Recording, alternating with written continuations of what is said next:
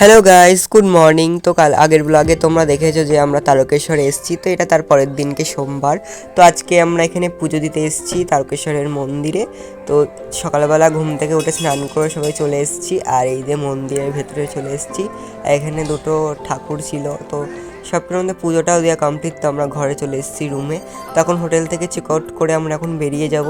তো এখানে মার্কেটে কি চলে এসেছি কিছু কেনাকাটা করতে, একটু কেউ ঠাকুর বা কিছু একটা নেবো আর কি। আমি একটা চাবি রিং কিনেছিলাম। চাবি রিং ছিল, ওখানে অনেক রকমের অনেক জিনিসপত্র ছিল, তো আমি চাবি রিং কিনেছিলাম।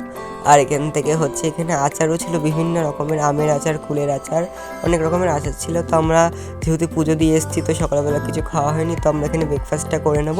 তো এখানে একটা দোকান থেকে সবাই বসে পড়েছি। এখানে জামাইবাবু সবাইকে সার্ভ করে দিচ্ছে। এখানে ছিল কচুরি আর ঘুগনি। তো তারপরে খাওয়ার পরে আমরা এখন টোটো করে চলে আসলাম কাশী বিশ্বনাথে চলে আসলাম। এখানে খুব কাছেই ছিল, তো সেই জন্য আমরা টোটো করে চলে এসেছি।